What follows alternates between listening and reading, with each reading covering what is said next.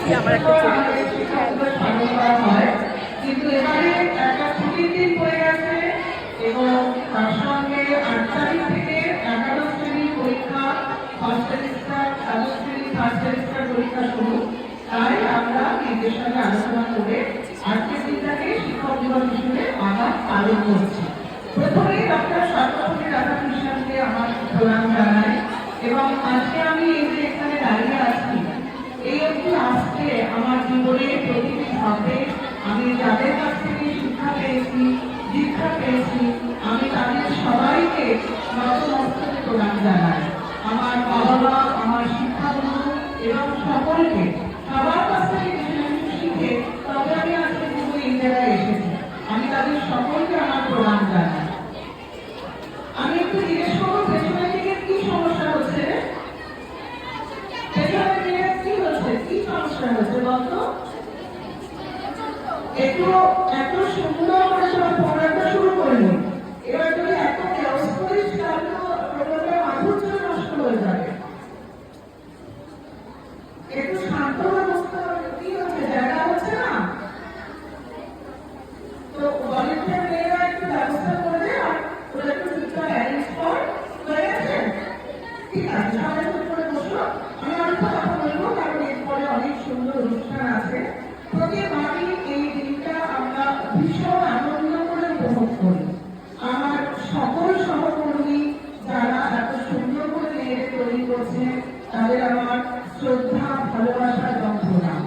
সবথেকে বড় কথা, আমি ভীষণ লাকি যে এত সুন্দর একটা স্কুলে আমি প্রধান শিক্ষিকা হতে পেরেছি।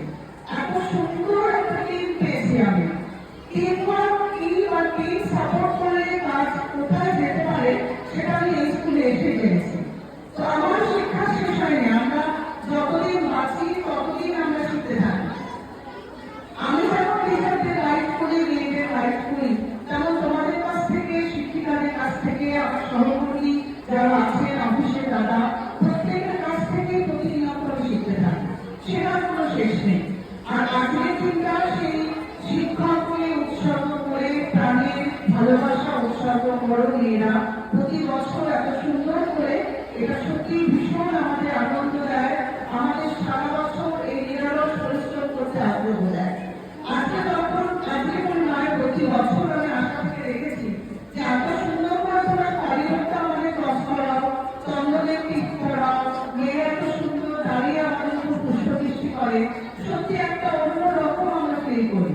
এবং এই ফিলিংসটাই কিন্তু আমাদের সারা বছর তারিখ করে যে মেয়েদের জন্য আমরা কি করতে পারবো। তোমরা যে আমাদের অন্তর থেকে আমাদের ভালোবাসা, শ্রদ্ধা, প্রণাম জানাও, এজন্য সত্যি আমরা খুব কৃতজ্ঞ। এই স্কুলের মেয়েদের একটা আলাদা কোয়ালিটি আছে এবং আমাদের একটু শিক্ষা দীক্ষাটা একটু অন্যরকম, সেটা আমার সহকর্মী সকল দিদিদের জন্যই। আমরা মেয়েদের একটু অন্যরকম ভাবে তৈরি করতে চাই, শুধু পড়াশোনা নয়, বাকি আরো সব কিছু যাতে মেয়েরা এগিয়ে যেতে পারে। কারণ এখন বিশ্বজুড়ে আমরা দেখছি মেয়েরা বিভিন্ন রকমের বাধা কাটিয়ে শুধুই এগিয়ে যাচ্ছে। তাই বলে কি বাধা নেই? এখনো অনেক বাধা আছে, সেগুলোকে পার করে সামনের দিকে আমাদের এগোতে হবে। নিজের বাবা মা, শিক্ষা গুরুর নাম সামনের দিকে নিতে হবে, নিজের স্কুলের নাম উজ্জ্বল করতে হবে।